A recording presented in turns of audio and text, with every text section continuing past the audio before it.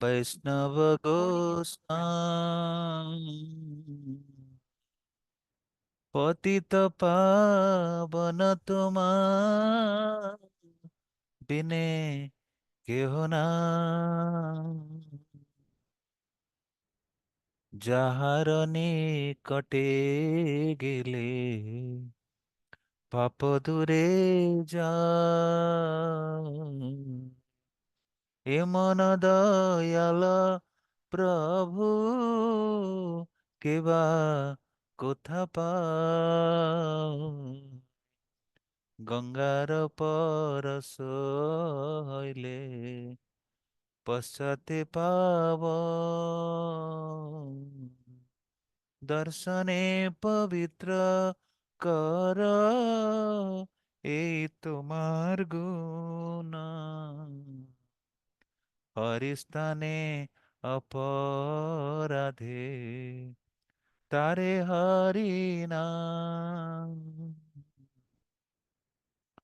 তোমা স্থানে অপরাধে নাহি পরিত্রাণ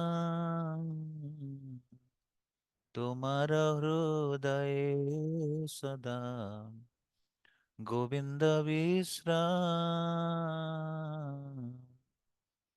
গোবিন্দ কহে না মোরা বৈষ্ণব পরাণ প্রতি জন্মে করি আশা চরণের ধূলি প্রতি জন্মে করি আশা চরণের ধূলি নরোত্তমে করো দয়া আপনার বলি নরোত্তমে করো দয়া আপনার বলি জয় বৈষ্ণব ঠাকুর বৈষ্ণব ঠাকুর বৈষ্ণব ঠাকুর জয় বৈষ্ণব ঠাকুর জয় জয় প্রভুপাদ প্রভুপাদ প্রভুপাদ জয় শিল প্রভুপাদ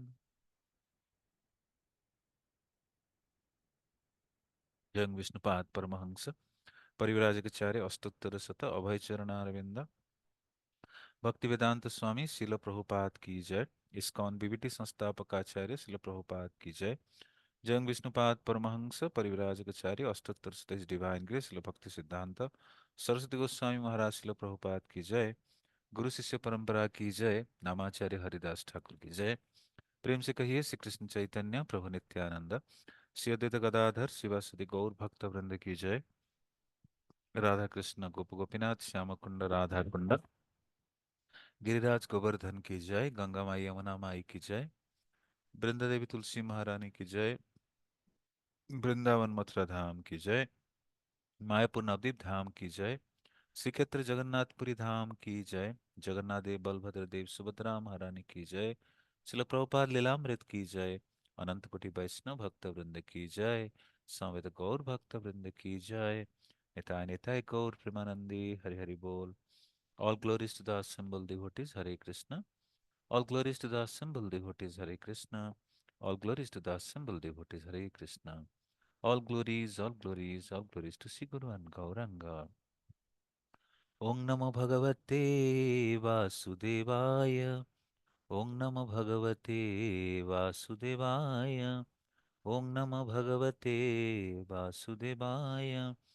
नारायणं नमस्कृत्यं नरं चैव नरोत्तमं देवीं सरस्वतीं व्यासं ततो जयमुदीरयेत् नष्टप्रायेषु अभद्रेषु नित्यं भागवत सेवया भगवति उत्तमश्लोके भक्तिर्भवति नैष्टिकीं कृष्णाय वासुदेवाय देवकीनन्दनाय च नन्दगोपकुमाराय गोविन्दाय नमो नमः।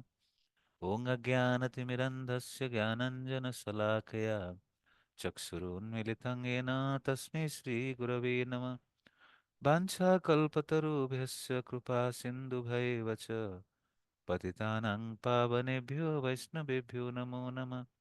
जय श्रीकृष्ण चैतन्य प्रभु नित्यानन्द श्री अद्वैत गदाधर शिवासादि गौरभक्तवृन्द हरे कृष्ण कृष्ण कृष्ण हरे हरे हरे राम राम राम हरे हरे मुखं करोति वाचालं पङ्गुं लङ्घयति गिरिं यत्कृपातमहं वन्दे श्रीगुरुदिनतारणं परमानन्दमाधवं श्रीचैतन्य ईश्वरम्।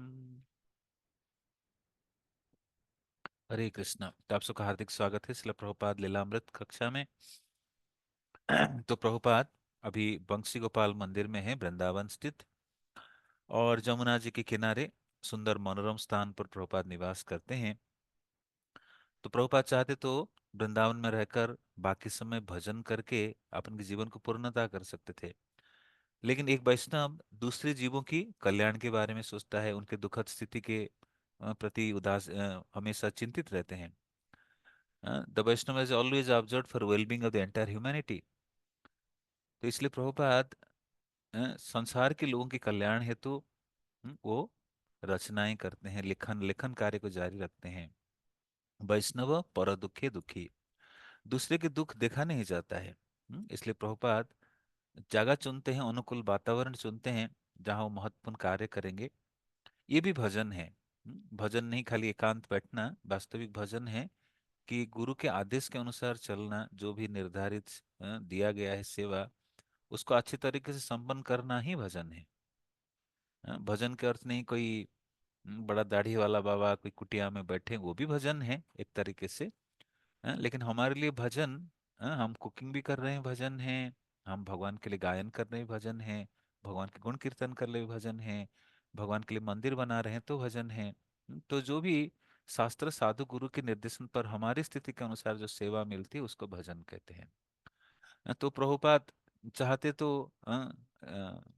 अलग तरीके से भजन कर सकते हैं, लेकिन उनके लिए गुरुमुख पद्म वाक्य चित्तित करिया ऐक्य आर न करिया मने आशा। तो मेरे गुरुदेव मेरे लिए यही सेवा प्रदान किए हैं कि आप जाओ और विदेशों में अंग्रेजी भाषा में प्रचार करो, जिसकी प्रभुपाद तैयारी कर रहे हैं। और साथ साथ अभय तुम्हारे पास कुछ पैसे हो तो ग्रंथों की प्रकाशन करना, उसका वितरण करना। तो प्रभुपाद इस कार्य को सबसे प्राधान्य दिए हैं, सबसे टॉप प्रायोरिटी, कि गुरुमुख पद्म वाक्य चित्तित करियाय यही भजन है। तो हम जब साधु गुरु वैष्णव के शरण में आते हैं तो हमें वो भगवान की सेवा करने की कुछ कलाएं विद्या देते हैं, जिसको कहते हैं भजन क्रिया। हम्म, तो प्रभुपाद निरंतर जो पूर्ण कृष्ण चेतन है, वृंदावन में वास कर रहे हैं, जो स्वाभाविक रूप से वृंदावन की मनोरम भगवान के लीला स्थलों का आस्वादन करते हैं, कैसे समय बिताते हैं। तो पहले दिन प्रभुपाद पहुंचे हैं, और प्रभुपाद के पहले दिन के हमने वर्णन की, दूसरे दिन का भी वर्णन किए कि प्रातःकालीन समय प्रभुपाद किस प्रकार उठने के बाद देखते हैं जो वृंदावन वासी साधु संत वैष्णवगण जमुना जी की ओर दौड़ के आते हैं स्नान करने के लिए। कुछ लोग उच्च स्वर में कीर्तन करते हुए आ रहे हैं, और कुछ लोग बड़ी उत्साह पूर्वक सब आ रहे हैं। और प्रातःकालीन 4 बजे ऐसे वृंदावन के मनोरम दृश्य है, सभी जगहों में मंदिर में घंटा बजने लगता है, सब जगह कीर्तन की आवाज गूंजने लगता है। हाँ, तो ये मनोरम दृश्य प्रभुपाद वर्णन करते हैं।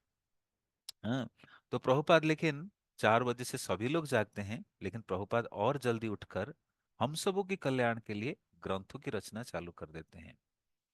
कि प्रभुपाद ऐसे ग्रंथ लिख रहे हैं जो आने वाले 10,000 वर्ष तक लोगों को भक्ति करने के लिए प्रेरणा प्रदान करेगा। तो कड़ी मेहनत करते हैं, आचार्य हैं जो कहते हैं श्रील देवकीनंदन दास ठाकुर वैष्णव विज्ञप्ति भजन में कि ब्रह्मांड तारिते शक्ति धरे जने जने।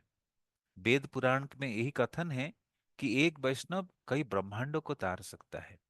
देखिए प्रभुपाद की शुद्धता और प्रभुपाद की आध्यात्मिक शक्ति के बल देखिए कि पूरे विश्व के लोग प्रभुपाद जाने के बाद कितनी तीव्रता से जुड़ रहे हैं। और हम सब उस जहाज के अंदर, हमें उस we are in the part of this boat, like we are getting fortune, हम हमें सौभाग्य प्राप्त हो रहा है इस महान आंदोलन से जुड़ने का। अ, तो जो संसार में सबसे सौभाग्यशाली व्यक्ति है, जो पुण्यवान व्यक्ति है, जो सब सचमुच कई जन्म से तपस्या किए हैं इस चीज में लगने के लिए, उनको सौभाग्य मिलता है इस महान प्रक्रिया से जुड़ने के लिए। हम्म, तो प्रभुपाद की दिनचर्या किस प्रकार है वही हम आज पढ़ेंगे। नित्य की दिनचर्या के अनुसार, दिनचर्या के शब्द के क्या अर्थ है न, दिन में जो कार्यकलाप एक साधक या एक भक्त करता है। हम पर्टिकुलर समय में उठते हैं, फिर स्नान करते हैं, फिर जो भी कार्यक्रम करते हैं, फिर नित्य कर्म, प्रतिदिन के नित्य कर्म क्या है, every day, every time, every moment, what you do like. तो नित्य की दिनचर्या के अनुसार अभय ने लिखना बंद कर दिया। कब बंद किए? ना, प्रभुपाद सुबह उठकर लिखने में इतने मग्न हो जाते थे कि बाहर क्या चल रहा पता नहीं चलता है।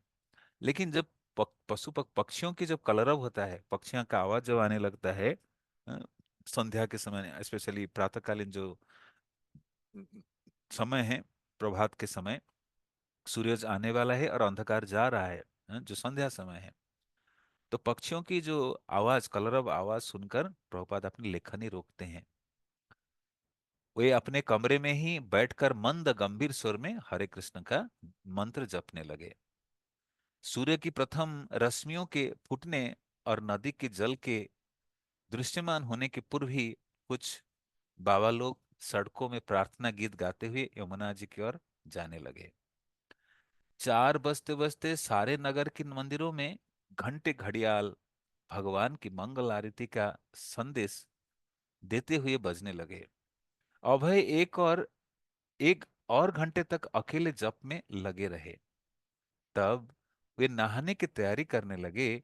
लंबी रस्सी में बंधी बाहरी की छत पर पानी खींचने के लिए उन्होंने उसे नीचे कुएं में धकेला। तो प्रभुपाद ऊपरी वाली मंजिल में रहते थे और कुआं नीचे है। तो वहां पर कुछ ऐसी व्यवस्था है, बाल्टी लटका हुआ है, और प्रभुपाद क्या किए, उस रस्सी को खोले तो बाल्टी नीचे जाएगा, फिर रस्सी से खींचने से पुल्ली से बाल्टी में पानी आएगा, ऊपर नहाएंगे। तो प्रभुपाद स्नान कर लिए। हम्म, तो प्रभुपाद की दिनचर्या हम बताए थे किस प्रकार से हैं ना। प्रभुपाद 10 साढ़े 10 बजे विश्राम करते थे, 1 बजे जग जाते थे, 1 से 4 तक लेखन कार्य करते थे, 4 से 5 तक जप 1 घंटा किए लगभग, और उसके बाद स्नान की तैयारी कर रहे हैं। स्नान के उपरांत प्रभुपाद क्या किए, जब ये बाहर निकले तब प्रकाश फैल गया था, मानी सूरज की किरणें आ गई थी। मतलब दिन दिन सूरज नहीं आई है तो दिन के उजाला आने लगा है।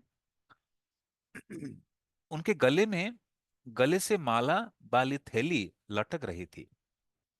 बैक टू गॉडहेड की कुछ प्रतियां उनके हाथ में थी। मंदिर के द्वार पर पहुंचकर वे दाहिने और मुड़े, और नगर की टेढ़ी मेढ़ी एक दूसरे को काटती तंग गलियों और गंदे रास्तों से होते आगे बढ़े। तो वृंदावन के दृश्य वर्णन कर रहे हैं। छोटी छोटी गलियां हैं, और कहीं कहीं रास्ता थोड़ा गंदा है, बरसात के दिनों में खराब हो जाता है, उबड़ खाबड़ है। तो प्रभुपाद धीरे धीरे आगे बढ़े। तो प्रभुपाद के एक हाथ में माला है, गले में लटका हुआ माला, हाथ में कुछ बैक टू गॉड भगवत दर्शन पत्रिका की प्रतियां हैं। हम्म, उस क्षेत्र में दुकानें नहीं थी, केवल खामोश आवास थे जिनमें कुछ सैकड़ों साल पुराने थे। तो प्रभुपाद जिस स्थान में रहते थे आज से लगभग अनेक साल पहले, 1958, 58 मानी 58 से 2042 साल, और 2000 से ये 25, तो 42 25 मान के चलिए, 67 साल पहले की बात है।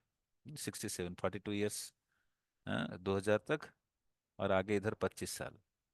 तो 6 67 साल, 67 पूरा साल पुराने वृंदावन के दृश्य वर्णन कर रहे हैं।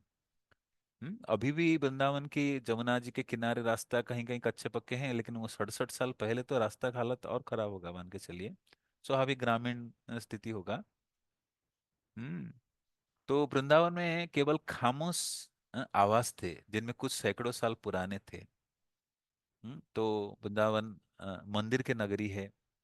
5,000 से भी ज्यादा मंदिर है कहा जाता है। एक आकलन लिया गया है, मैं जैसे 2000 के आसपास की बता रहा हूँ, लेकिन अभी भी नया नया मंदिर का निर्माण हो चुका है, लिस्ट में और भी बढ़ गया होगा। और पूरे भारतवर्ष में तो लाखों से भी और ज्यादा मात्रा में मंदिर है, भारत के टोटल आबादी 140 करोड़ है, और उसले में भी 8 10 लाख मंदिर ही है, सभी पूरे भारतवर्ष के अगर मंदिर को गिनती करें, गांव नगर मिलाकर। और केवल वृंदावन जैसे धाम में या और भी धाम में कई मंदिर है। वृंदावन की एक आकलन ली गई, लगभग 5,000 मंदिर है वृंदावन ब्रज में, यानी मथुरा सब मिलाकर। तो कई पुरानी आवास है। अ, जैसे कई सारे आवास को तोड़ा नहीं जाता है, तो आवास ही खाली खाली पड़ा है, खामोश पड़ा है, कई सैकड़ों साल पुराना है। पड़ोस में शांति थी। बंद दरवाजे के पीछे कोई खटखटी बजाकर मधुर सुर में हरे कृष्ण मंत्र गा रहा था। खटखटी मतलब कुछ बड़ी इंस्ट्रूमेंट है, म्यूजिकल इंस्ट्रूमेंट बजाकर। हाँ, तो कुछ कुछ लोग ऐसे हाथ में बजाते हैं, कुछ ऐसे झूम बजाते हैं, अलग अलग प्रकार की खटखटी प्रो इसको बताया जा रहा है। हाँ, तो कहीं पर दरवाजा बंद था और अंदर से आवाज आ रहा था, कोई हरे कृष्ण मंत्र खटखटी बजाकर कर रहे थे। हाँ, तो हरे कृष्ण मंत्र इतने प्रचलित है एक्चुअली। हाँ, लेकिन हम लोग सब हरे कृष्ण मंत्र देखते थे, इसका महत्व नहीं समझते थे। प्रभुपाद हरे कृष्ण मंत्र को विदेश लेने से पहले हम्म, एक विदेशी आए थे भारत। हाँ, अलेंस गिन्सबर्ग, उनका नाम है अलेंस गिन्सबर्ग। तो भारत आए थे, प्रोफेसर भी थे, म्यूजिशियन भी थे, और भारत में अलग अलग स्थल स्थान में घूमे, जैसे कोलकाता गए, हरिद्वार गए, ऋषिकेश गए, वृंदावन भी गए। कई कई स्थान पर उनको अच्छा लगा, हरे कृष्ण कृष्ण बड़ा अच्छा लगा, और वो हरे कृष्ण लेके विदेश में प्रचलन भी किए, अपने गिटार बजा कर गाते थे। लेकिन उस हरे कृष्ण मंत्र से उतना बदलाव नहीं आया था, क्योंकि वो पापाचार करते थे, मांसाहार करते थे, नशा करते थे, अवैध पुरुष स्त्री संग करते थे, नियमों का पालन नहीं हो पाता है। हाँ, तो हरे कृष्ण मंत्र is very important, but it should be received from a pure devotee of Lord, शुद्ध भक्तों से स्वीकार करना, तभी मंत्र में बल आता है। हाँ, तो इसलिए दीक्षा लेने के बाद जो मंत्र में बल है, या कोई प्रामाणिक गुरु के अधीन अब जब साधन भजन करते उसमें जो बल है, तभी बल संचारित। तो इसलिए लोग, संसारिक लोग क्यों हरे कृष्ण मंत्र कर नहीं पाते हैं, बहुत कठिन होता है। एक साधक के लिए भी कठिन होता है, मन इतना विचलित है, मन को स्थिर करके करना एक तपस्या हो जाता है, लेकिन प्रतिदिन अभ्यास करने से ही स्वाभाविक होने लगता है करना, नहीं तो अनेक कठिन है। हम तो औरों को प्रचार करते हैं आप जी माला करिए, लेकिन माला करना, नियम निकालना, क्यों करना, और कई प्रकार के और संसार में उलझन में करना कठिन हो जाता है उनके लिए। लेकिन जब कोई करने लगता है, तब उसकी दिव्यता की अनुभूति करने लगता है। तो स्वाभाविक जो आलेंस गिन्सबर्ग थे, वो विदेश में हरे कृष्ण मंत्र लेकर गए, लेकिन क्योंकि नियमों का पालन नहीं करते, म्यूजिशियन थे, उनको अच्छा लगा, कई म्यूजिक धुन बनाकर गाते थे। हरे कृष्ण मंत्र भी कीर्तन बहुत लोग करते हैं, अच्छी अ, स्वर में, अच्छी धुन में। फिर भी नाम प्रभु असर करते हैं, लेकिन असली असर कब करते हैं, हृदय की सफाई कब करते हैं, हृदय में शुद्धता कब लाते हैं, भगवान की समझ कब लाते हैं, भगवान के विषय में स्फुरित कर करते हैं, कब गीता भागवत जी भगवान के उपदेशों को समझाने लगते हैं, जब हम ऐसे शुद्ध भक्तों के माध्यम से भगवत हरिनाम को स्वीकार करते हैं, तो हरिनाम की शक्ति बढ़ जाता है। तो प्रभुपाद जब विदेश गए और प्रभुपाद हरिनाम प्रदान किए, उस हरिनाम के बल से वास्तविक लोगों के जीवन में अ, बदलाव आया। इससे पहले अ, मेरी आवाज आ नहीं रही, कोई मैसेज कर रहे हैं, इज इट आ रहे ना आवाज, कमलेश प्रभु? तो हरिनाम इतने शक्तिशाली है, हम्म, लेकिन इसको शुद्ध भक्तों से स्वीकार करना चाहिए, भगवान के प्रामाणिक गुरु अधिकारियों से स्वीकार करना चाहिए, तभी वो बलवान और शक्तिशाली होता है। तो वृंदावन के हर गली में, हर घर पे यही हरिनाम चल रहा है, और ये हरिनाम को शिल प्रभुपाद पूरे विश्व भर में ले गए। ये पूरे संसार को देन है। परम दयाल चैतन्य महाप्रभु इस संकीर्तन आंदोलन के पिता है, प्रवर्तक है, और यही हरिनाम लेकर आए थे आध्यात्मिक जगत भगवान के गोलोक वृंदावन धाम से। और उनके जो सेनापति भक्त शिल प्रभुपाद इस हरिनाम को पूरे संसार में ले जाते हैं, संसारिणा करुणया। तो संसार के लोगों के ऊपर करुणा करते हुए इस हरिनाम को लेकर जाते हैं। तो वृंदावन की गलियों में भी कई कई स्थान हरिनाम चल रहा है। तो कई स्थान प्रभुपाद देखे कि कहीं पर दरवाजा बंद है और खटखटी बजते हुए हरिनाम की आवाज आ रही है। एक चौराहा पर जहां साम वर्ण की स्त्रियां कुएं से पीतल के बर्तनों में पानी निकाल रही थी, अभय अपनी बाईं और उसकी छोटी खुली घोड़ियों वाली एक गली में मुड़े। तो कहीं पर अलग अलग दृश्य वर्णन है, कहीं पर स्त्रियां, प्रातःकालीन समय है, तो पीने की पानी कुआं से निकाल कर ले रहे हैं, यमुना जी से ले रहे हैं, अलग अलग दृश्य वर्णन की जा रही है। तो प्रभुपाद वहां से मुड़े दोनों, और उन्होंने अलंकरण युक्त मंदिर देखे। एक के द्वार पर दो पाषाण सिंह खड़े थे, दूसरे द्वार पर सिंह सरीखे दांत वाला तमाशा हुए एक हाथी। तो कई मंदिरों में हम देखेंगे कि there are two lions in the gate, तो लायन गेट जो जगन्नाथपुरी में चार द्वार है, सिंह द्वार, हस्ती द्वार, अश्वद्वार और व्याघ्र द्वार। There are four doors in Jagannath temple. जो पहले सामने वाली दरवाजा है, पूर्वी दरवाजा, उसको सिंह द्वार कहते हैं, लायन। और उसके अभी फिर विपरीत दिशा में अश्वद्वार है। अ, और उत्तर में व्याघ्र द्वार है। और दक्षिण में अ, अ, सिंह, अश्व, हस्ती, व्याघ्र चार है। हम्म, तो सिंह के अपोजिट में व्याघ्र है, और हस्ती और अश्व है। इस प्रकार चार द्वार है। तो चार अलग अलग चीजों का प्रतीक, जैसे कहीं पर उपमा दी जाती है कि धर्म अर्थ काम मोक्ष की प्रतीक है, अलग अलग है। और जगन्नाथ मंदिर में भी जैसे वर्णन है कि राजा किस दिशा में जाते हैं, राजा अश्व वाला द्वार में घुसते हैं, जो भक्त लोग सिंह द्वार में प्रवेश करते हैं। और कहीं कहीं मंदिरों में जैसे शक्ति के प्रदर्शित होता है, कि कहीं पर हाथी को दबोचते हुए अ, अ, सिंह बैठा हुआ है।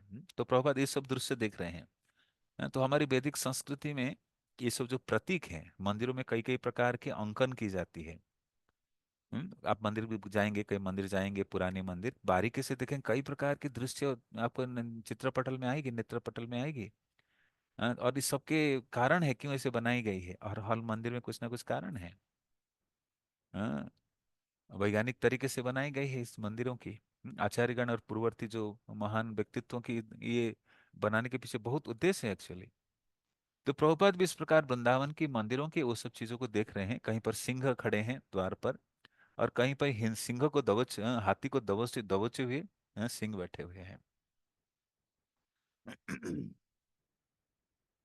ईंट और चूने से बनी एक दीवार पुरानी होने से गिर रही थी। तो कहीं पर मंदिर पुराने होकर गिर रही थी, प्रभुपाद वो दृश्य देख रहे हैं। शीघ्र ही अभय राधारमण मंदिर पहुंच गए। तो प्रभुपाद कहाँ रहते थे? बंसी गोपाल मंदिर। और गलियों से गुजरते गुजरते राधारमण मंदिर में पहुंच जाते हैं, जिसकी स्थापना भगवान चैतन्य के एक प्रमुख अनुयायी गोपाल भट्ट गोस्वामी द्वारा लगभग 500 वर्ष पूर्व हो गई थी। तो कहा जाता है कि वृंदावन से लगभग सारे विग्रह, ऑलमोस्ट, गोपीनाथ जी, गोविंद जी, मदन मोहन जी, दामोदर जी, ये लगभग सब जयपुर के राजा जयपुर ले गए थे, काम्यवन के रास्ते से, जब मुसलमान आक्रमण हो रहा था। लेकिन राधा रमण कभी गए नहीं, राधा रमण वहीं रहे। राधा रमण जी। तो राधा रमण जी की प्राकट्य दिवस आता है नरसिंह चतुर्दशी के अगले दिन। किस प्रकार अपने प्रिय भक्त गोपाल भट्ट गोस्वामी प्राप्त के प्रगाढ़ भक्ति से दामोदर शिला से प्रकट होते हैं। राधा राधा रमण जी। तो प्रभुपाद राधा रमण मंदिर की ओर जाते हैं। तो राधा रमण मंदिर की स्थापना कब हुई थी ना? 500 वर्ष, लगभग 500 वर्ष पूर्व। और कौन निर्माण किए थे, स्थापन किए थे? श्रीमान चैतन्य महाप्रभु के प्रमुख भक्त श्री गोपाल भट्ट गोस्वामी।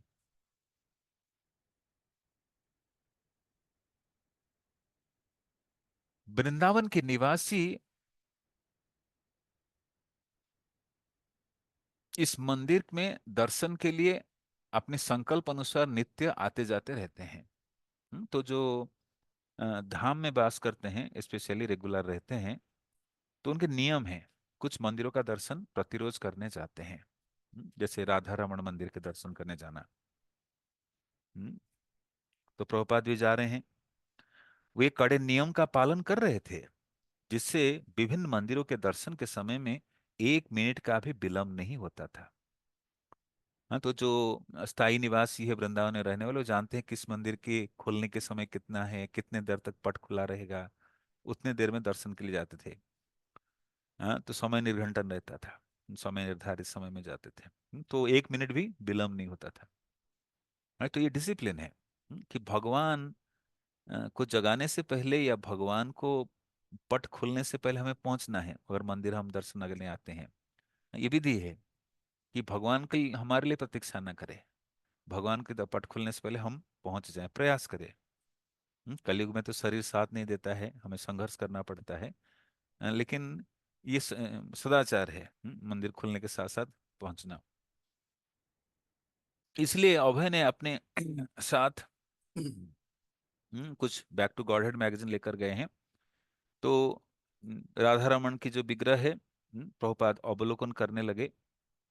शिव विग्रह ताजे फूलों की माला पहने थे, चमकते हुए रत्नों और रेशम की परिधान में सजे भगवान कृष्ण के मुग्धकारी श्याम रंग की शिव विग्रह बहुत वैभवशाली लग रहे थे। तो भगवान सुंदर परिधान पहने हैं। तो सब लोग राधा रमन जी को देखने जाते हैं। कि कभी कभी राधा रमन जी की मुस्कान देख लेते हैं, मुस्कुराते हुए दिखते हैं। कभी उनके दांत दिखती हैं, भक्त लोग इसे बताते हैं। तो जो दर्शनकारी है, वो जो भक्ति में पूर्ण है, जिनके नेत्र भक्ति से पूर्ण है, प्रेम से पूर्ण है, और भगवान को प्रेमांजन छुरित भक्ति विलोचनेन संथ सदैव हृदयेषु विलोकयन्ति। यं श्याम सुंदरम अचिंत गुण स्वरूपम गोविंदम आदि पुरुषम तमहं भजामि। तो प्रेमी भक्त लोग बड़ी प्रेम पूर्वक भगवान का दर्शन करते हैं। तो भगवान को निहारते हैं। चैतन्य महाप्रभु ऐसे ही भगवान को दर्शन करते थे जगन्नाथपुरी में, अपलक नयन से। एक पल भी नेत्र हिलता नहीं था, दर्शन करते रहते थे, निगाह हटता नहीं था भगवान से।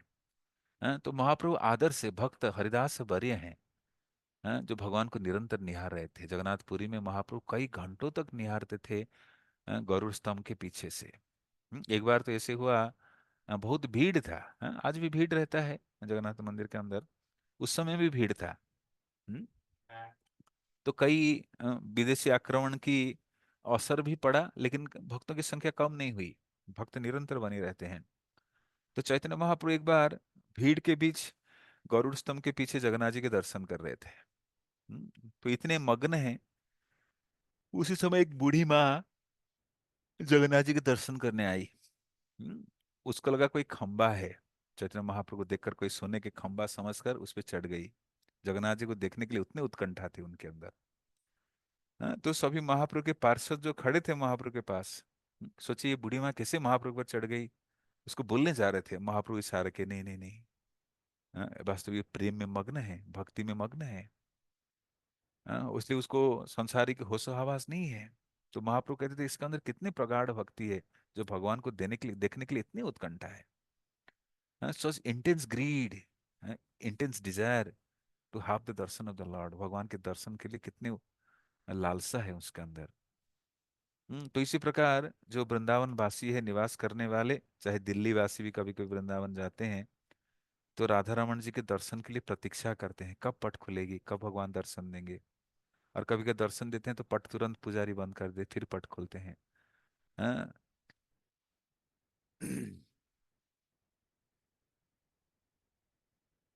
शिव विग्रह ताजे फूलों की माला पहने थे, चमकते हुए रत्नों और रेशम की परिधान से सजे भगवान कृष्ण के मुग्धकारी श्याम रंग के विग्रह बहुत वैभवशाली लग रहा था। हाँ, तो प्रभुपाद कहा करते थे, more you decorate the deity, your heart will be more decorated. जितना हम भगवान को सजाएंगे, हमारे हृदय भी अच्छे से सजेगा। तो भक्त लोग, स्पेशली पुजारी लोग, वो रात से मेडिटेट करते हैं कि भगवान को क्या पहनाऊंगा। This is how a person become absorbed in Lord's form. Actually भगवान के रूप में मग्न रहते हैं। जैसे श्रीपाद आइंद्र प्रभु की बात आती है, कई सारे भक्त लोग हैं जो भगवान के श्रृंगार आदि करते हैं। वो लोग प्लान करते हैं, आधुनिक टेक्नोलॉजी का भी प्रयोग करते हैं, कभी कभी ग्राफिकल डिजाइन करके, कि भगवान को कैसे लगाने से मुकुट अच्छा लगेगा, कान का कैसे श्रृंगार करे, क्या पहनाए। तो ऐसे नहीं कि ठाकुर जी को बिठा दिए, टोपी पहना दिए, काम निपट गया। जिसके पास समय है, प्रेमी भक्त है, वो भगवान को और सुंदर से सजाता है, कि भगवान और सुंदर लगेंगे, और सजाएगा उसके सामर्थ्य के अनुसार, समय के अनुसार। हाँ। तो इस प्रकार कहते हैं प्रभुपाद कि हम जितना मंदिर को सजाएंगे, भगवान को सजाएंगे स्पेशली, हमारे हृदय भी अच्छे से सजेगा। इसलिए गुरु शिष्य को भगवान की सेवा में नियोजित करते हैं। शिविग्रहार धन नित्य नाना सिंगार तन मंदिर मार्जिनादो युक्त से भक्तांश निजुंजतोपि बंदे गुरु श्री चरणारविंदम। मैं वो गुरुदेव की चरण वंदना करता हूँ, जो शिव विग्रह का सेवा करते हैं और औरों को नियोजित भी करते हैं शिव विग्रह की सेवा में। शिव विग्रहारा धन नित्य नाना, और श्रृंगार तन, श्रृंगार करने के लिए, तन मंदिर मार्जनाथ। तो भगवान की इस प्रकार की सेवा में नियोजित करके वो हमारे हृदय मंदिर को मार्जन करते हैं, हृदय और स्वच्छ होने लगता है। भगवान इस हृदय में वास करने के लिए हृदय सजता है एक्चुअली। हम्म तो जो राधा रमन जी के मंदिर है, विग्रह अच्छे अ, म, रेशम वस्त्र से सजे हुए हैं, सुंदर श्रृंगार है, और सुंदर फूल की मालाएं हैं, बैजंती माला आदि। तो भगवान वैभवशाली लग रहे हैं, ऑपुलेंसेस लाइक। अभय जानते थे कि राधारमण मंदिर के पुजारी संस्कृत के सम्मानित विद्वान थे, और उनसे कुछ अंग्रेजी भी जानते थे। इसलिए अभय अपने साथ बैक टू गॉडहेड मैगजीन की कुछ प्रतियां ले गए थे। तो प्रभुपाद को जब मौका मिलता था वो प्रचार करते थे। कैसे प्रचार करते थे? कुछ भगवान संबंधित बातें करते थे, और क्या करते थे ना, अपनी बैक टू गॉडहेड मैगजीन देते थे। जैसे वृंदावन में तो सब भक्त हैं, प्रचार की स्थली तो है नहीं। प्रचार तो दिल्ली जैसे शहर नगर है। तो ब्रजवासियों को क्या भक्ति सिखाएंगे, तो ऑलरेडी भक्त हैं एक्चुअली। लेकिन प्रभुपाद फिर भी अवसर देखकर भगवान की गुण कथा गायन करते थे, गुण चर्चाएं करते थे। एक तो पूरा कुछ भक्ति जानता नहीं उसको भक्त बनाना, वो भी प्रचार है। और दूसरा है भगवान की गुण कीर्तन चर्चा करना। हाँ, जैसे वृंदावन के निवासी जो भगवान के बारे में सब जानते हैं, स्पेशली जो ऑलरेडी भक्त हैं, भगवान की सेवा में नियोजित हैं, ग्रंथ का अध्ययन करते हैं, उनको भगवान के बारे में बहुत जानकारी है। हाँ, उनको हम क्या सिखाएंगे? जैसे भगवान उद्धव जी को भेजे कि जाओ जाओ, ब्रज जाओ, देख कर आओ गोपियां कितने विरह में हैं। हाँ, तो उद्धव सोचे मैं अपने ज्ञान देने आऊंगा। लेकिन यहाँ देखे तो जो ब्रजवासी हैं, जो गोपियां हैं, वो भगवान के प्रेम में निरंतर रहते हैं। वो ज्ञान क्या लेंगे एक्चुअली? हम्म तो प्रभुपाद इस प्रकार बैक टू गॉडहेड मैगजीन की प्रति लेकर चलते थे, और जानते थे कि राधा रमण मंदिर के जो पुजारी हैं वो तो संस्कृत विद्वान हैं, लेकिन साथ साथ कुछ अंग्रेजी भी जानते हैं। तो इसलिए Prabhupada back to Godhead magazine Bhagavat Darshan पत्रिका के कुछ अंग्रेजी प्रति लेकर अपने साथ जाते हैं, उन पुजारी को देने के लिए भेंट स्वरूप। तो देखे क्या देखे, वे युवा पुजारी विश्वम्बर गोस्वामी से मिले। तो प्रभुपाद जब 1958 में लगभग वृंदावन में रहते थे, तो जो राधा रमण मंदिर पहली बार मिले, तो राधा रमण मंदिर के जो पुजारी थे, जो गोपाल भट्ट गोस्वामी के वंश परंपरा में आते हैं, जो लोग सेवाकारी हैं, तो उनसे दीक्षित जो परंपरा चल रही है, तो उस समय एक युवा पुजारी थे जिनका नाम था विश्वम्बर गोस्वामी, जिनकी आयु लगभग 30 वर्ष का थी, और जो अपने पिताजी के मृत्यु के बाद वकालत का पेशा छोड़कर मंदिर के प्रबंध का कुछ अन्य कार्य देखने में लगे थे। तो जो पुजारी के पुत्र थे वो वकालत भी करते थे, एडवोकेट लॉयर लॉ प्रैक्टिस करते थे। लेकिन पिता के मृत्यु के उपरांत वो उसको छोड़कर भगवान की सेवा में लग जाते हैं, कुछ प्रबंधन कार्य देखते हैं, पुजारी जी के कार्य करते हैं। तो मंदिर की व्यवस्था जाति गोसाई प्रथा के अधीन थी, और इस तरह विगत 500 वर्ष से उसकी देखरेख विश्वम्बर के पूर्वजों द्वारा होती आ रही थी। तो देखिए कितने सिस्टम, बहुत सिस्टमेटिक है राधा रमण मंदिर के। श्री गोपाल भट्ट गोस्वामी पाद हाँ, ये जो अर्चन विधि को स्थापन किए। हम्म, अ, उन्होंने इस पर पुस्तक भी रचना की अर्चन प्रणाली के ऊपर, और उन्होंने अर्चन विधि स्थापन की कि कौन करेगा। तो दो अपने शिष्यों को नियुक्त किए, और उसी शिष्य परंपरा में धीरे धीरे 500 वर्ष से सेवा कभी बाधा ने प्राप्त नहीं हुआ, सेवा चलती आ रही है। तो ये वास्तविक परंपरा सिस्टम है।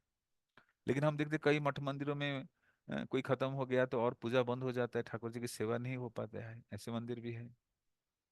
लेकिन राधावन मंदिर की सेवा इतने साल से क्वालिटेटिवली और बेस्ट वे होते आ रहा है, उनकी परंपरा के द्वारा। हम्म। तो ये जो विधि कहते हैं जाति गोसाई, कास्ट गोसाई लाइक, उनके पिता भी गोसाई थे, टाइटल हमारी उनके बेटे भी गोसाई हैं, इसको जाति गोसाई कहते हैं। विश्वम्बर बहुत से साधुओं से मिल चुके थे, लेकिन अभय के शिष्ट और विनम्र व्यवहार से वो तत्क्षण प्रभावित हुए। उन्होंने बैक टू गॉडहेड की प्रतियां स्वीकार की, और वे अभय के साथ बैठकर उनसे वार्तालाप करने लगे। उसके बाद अभय वृंदावन की घुमावदार गलियों को पार करते हुए राधा दामोदर मंदिर पहुंचे। घुमावदार, अरे टेढ़ी मेढ़ी, घूमते रहिए घूमते रहिए। हाँ, प्रभुपाद पहले राधारमण मंदिर गए, फिर कहाँ दर्शन करने के लिए? राधा दामोदर मंदिर, जहाँ प्रभुपाद बाद में निवास किए राधा दामोदर मंदिर में। हाँ। मार्ग में उन्हें वृद्ध बाबा लोग मिले, और जल ले जाती जाती हुई स्त्रियां मिले, और एक खुली घोड़ी के निकट एक दुकान मिली, ड्योढ़ी, जहां लोग एक शिवलिंग की आराधना कर रहे थे। एक पक्की दीवार के ऊपर बैठे बानर इस छत से उस छत पर, इस शिलाफलक से उस शिलाफलक पर कूद रहे थे, और गली में नीचे जाते हुए अभय की ओर देखकर चहकते हुए, कटकटाते हुए भाव भंगिमा बना रहे थे। हम्म, तो वृंदावन में बंदर भी है, बंदर भी नाचते कूदते रहते हैं। हाँ। तो प्रभुपाद देख रहे हैं कहीं बाबा लोग जा रहे हैं, सड़क से गुजर कर जा रहे हैं, और कहीं कहीं जमुना जी के जल लेकर स्त्रियां भी जा रहे हैं सड़क पर। पहले सब आप देखे हैं ना, गलियों में पीने का पानी ऐसे मटका में लेकर जाते थे, एक के ऊपर एक मटका रख के जाते हैं। तो वृंदावन की वही दृश्य, स्त्रियां मटका लेकर जल लेकर जा रहे हैं, और बाबा लोग वहां घूमते फिरते दिख रहे हैं, और कहीं पर बंदर कूद रहे हैं, और कुछ लोग शिवलिंग की आराधना कर रहे हैं। एक पक्की दीवार के ऊपर बैठे बानर इस छत से उस छत, इस शिला पर उस शिला कूद रहे थे, और गली में नीचे जाते हुए अभय की ओर देखकर चहकते हुए, कटकटाते हुए भाव भंगिमा बना रहे थे। सवेरा होने के साथ खुले फाटक के अंदर खुलते हुए नंगे पैर वाले बच्चे अधिकाधिक संख्या में दिखाई देने लगे। अभय माला की थैली में दाहिने हाथ डाले हुए और जप करते हुए चले जा रहे थे। उन्होंने होठ मंद गति से हिल रहे थे। वृंदावन में शायद ही कोई जानता ही हो कि वे कौन है, लेकिन एक वयोवृद्ध सुसंस्कृत बंगाली सज्जन के रूप में वे कई असामान्य दृश्य नहीं प्रस्तुत कर रहे थे। वे एक धर्मनिष्ठ बाबू थे, ऐसे नगर में जो पूर्ण रूप में धर्म का समर्पित था। तो प्रभुपाद जिस समय वृंदावन आए हैं, उनको कोई जानता नहीं था। जैसे बताया जाता है चैतन्य महाप्रभु की लीला में कुलाविच श्रीधर थे, कोई नहीं जानता था कि कुलाविच श्रीधर कौन है। महान भक्त हैं। तो संसार में भक्त लोग कभी कभी दृश्यमान होते हैं, कभी कभी पता ही नहीं चलता है कि कौन है वैसे हैं, कौन है कोई महान व्यक्तित्व, कोई समझ नहीं पाए, कोई व्यक्ति के बाहरी चीजों से समझना बहुत कठिन है। इससे उनके दिव्यता कभी कभी प्रकट होने लगता है, समझ में जा आता है, लेकिन कई वैष्णव खाली बाहरी रूप से भी समझना बड़ा कठिन है। इसलिए कहते हैं वैष्णव रख क्रिया मुद्रा बिघे ना बुझाए। तो प्रभुपाद वृंदावन की गलियों में विचरण कर रहे हैं, लेकिन उनके बारे में कोई नहीं जानता है। हम्म, तो प्रभुपाद अपनी माला दाहिने हाथ माला में थैली में घुसाते हुए माला करते हुए जा रहे थे। और उनका होठ मंद मंद हिल रहा था जप करने के कारण। और शायद कोई वृंदावन को जानता हो, कि अभय कौन है, वृंदावन में रहने वाले। लेकिन एक वयोवृद्ध सुसंस्कृत बंगाली सज्जन के रूप में कोई असामान्य दृश्य नहीं प्रस्तुत कर रहे थे। वो एक धर्मनिष्ठ बाबू थे, इस नगर में जो पूर्ण रूपेण धर्म के लिए समर्पित थे। हाँ। अभय नियमित रूप से वृंदावन के प्रसिद्ध मंदिर में जाते, और बाद में दुकानों से चीजें खरीदते। तो इनका डेली डेली शेड्यूल था प्रभुपाद का। प्रभुपाद अ, अपना अनुवाद कार्य को जारी रखेंगे, फिर माला करेंगे, फिर स्नान करके मंदिरों का दर्शन करने जाना नियमित रूप से चल रहा था।